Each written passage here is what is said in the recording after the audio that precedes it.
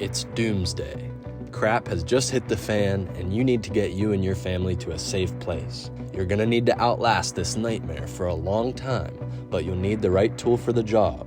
You'll be glad you have a dirt bike. Today, I'm gonna be talking about dirt bikes for the apocalypse and why you'll need one. I'll also mention some potential downsides to using a dirt bike as a mobility tool in the end of the world as we know it situation. Now, I'm not an expert on this topic, but as a fan of the post-apocalyptic genre of books and movies, this video is just meant to be a fun and lighthearted thought experiment on how dirt bikes could be a vital tool if stuff gets out of control. Now, with that being said, I'd love to have you join in the discussion in the comments below and share your thoughts on this topic. But before we get into all that, I'm trying to reach 5,000 subs. It's free, and it really helps me out, so hit that subscribe button below and join the Supermoto crew today. Now, let's get into some of the things that are gonna make dirt bikes an awesome tool in an apocalyptic scenario. The first one that I thought of when I thought of having a dirt bike was the initial getaway, right? You're gonna be able to get away from whatever situation you're in very fast. So let's say you're in an urban environment and you need to get out to some sort of planned meeting point out in rural areas because everybody knows in the apocalypse, cities are dangerous. There's tons of people around that might be trying to harm you and steal things from you and all that sort of thing. So you gotta get away fast. But there's gonna be traffic on the highway. What are you to do? Well, hopefully you have a dirt bike in the city. I know it's not really that practical, but let's just say you do. Well, you're gonna be able to get away really fast and you're gonna be able to weave through that urban traffic and all those people that are gridlocked on the highway. It sucks for them, but it's great for you. So kudos to you, you had a dirt bike, you got away fast. Now, once you're at your safe house or your stronghold or wherever you decide to set up shop, in a safe area, you're probably gonna need to go out and make supply runs. And the dirt bike is a particularly useful tool for the supply run sort of thing. For Recon in general, you're gonna be able to go out on rides and sort of discover where there are paths, where there are things that you might want to go and get, where there are dangerous people lurking about, coming to steal things from you or whatnot. You never know, but dirt bike is a great reconnaissance tool to kind of go out and get to places that are more difficult to reach and further away than just being able to walk around. So you're gonna be able to get places that you wouldn't be able to in a car, but you're gonna be able to go much further than you would if you were walking. And the other thing is, let's say you needed to move a whole group of maybe people that you're bunkering down with or whatnot to another location, or you need to get a car somewhere to do a supply run. You're going to be able to, on a dirt bike, scout the path ahead and kind of lead those bigger vehicles in a better way to follow so that they don't run into snags or whatever. So you're going to be a really good front person to be able to avoid any sort of hazards for your caravan coming behind you. And additionally, a cool thing about dirt bikes as well, you could clear the path for larger vehicles. Say you reach a point where a tree is down, there actually are ways that you can mount a chainsaw to your dirt bike or just carry it along with you, and you'll be able to scout ahead, cut those trees down, get them out of the way, and let those bigger vehicles come through with you. And as I mentioned before, you'll be able to navigate through urban gridlock traffic and that sort of thing.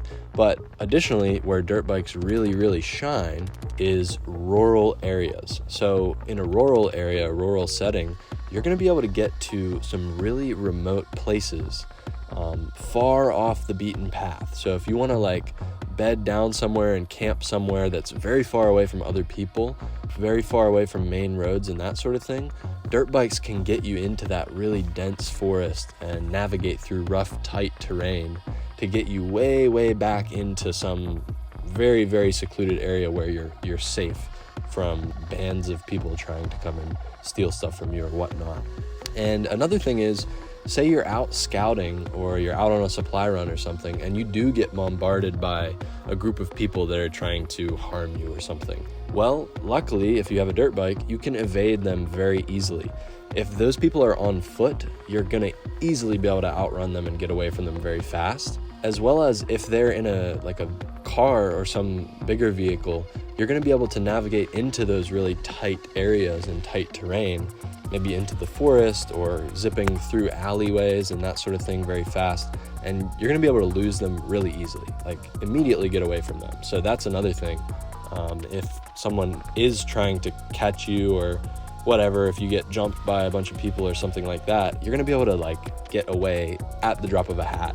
And it's a really useful tool for evading potential hazards or whatnot. Now, I'm not going to be naive here. They do come with a lot of downsides. Depending on the type of bike you have, first off, let's just talk about that. If it's an electric bike, well, how are you going to be able to charge it? That's one of the big things. It's going to be definitely challenging.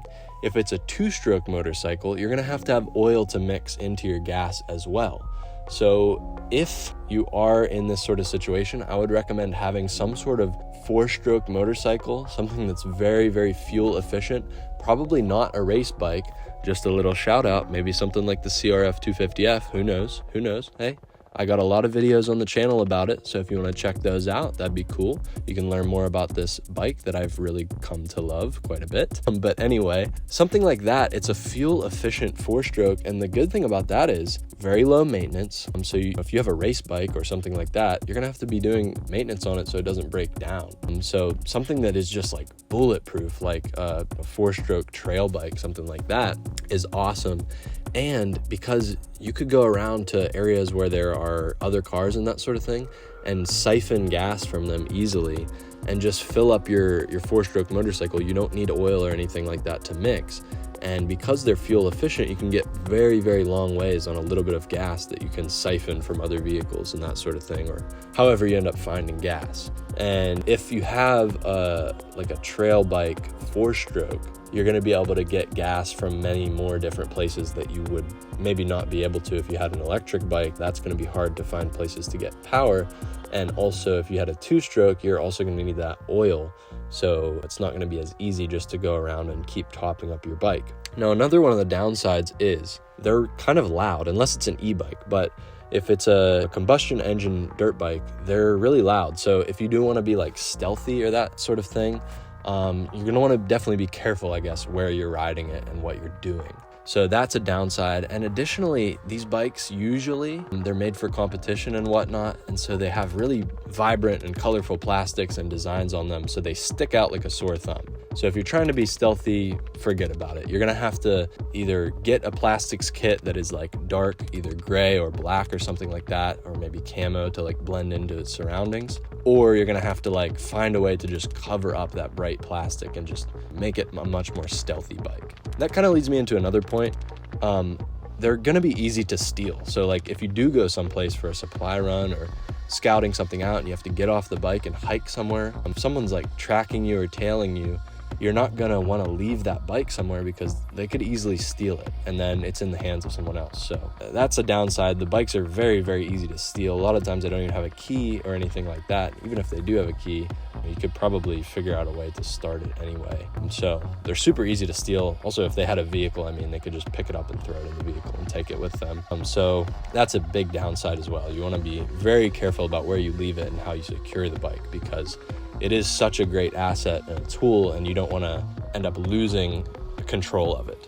Additionally, another downside is the hauling capacity is limited. So if you are doing supply runs, you're limited to very small amounts of things. So it's better if you're going to be going and doing recon and then having someone with you with a vehicle that's larger to come and actually get larger quantities of things. So that's another thing to consider. Now, despite all the downsides, I do really think I'd be happy to have my dirt bike if I found myself in an apocalyptic situation. I definitely think that would be a very valuable tool, and I hope this never happens. But like I said, I really like the genre of post-apocalyptic media, so it was kind of an interesting little thought experiment. I had fun kind of writing the script for this video.